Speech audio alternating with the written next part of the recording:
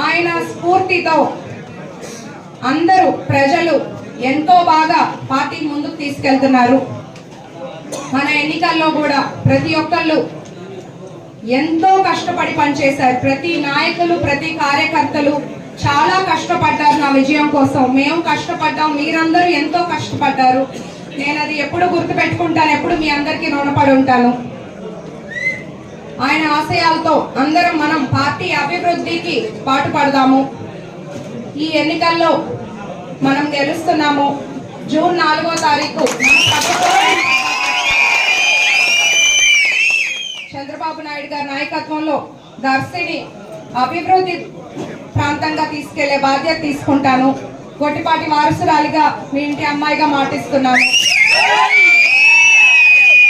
ఇక్కడికి వచ్చిన అందరికీ పేరు పేరున ధన్యవాదాలు.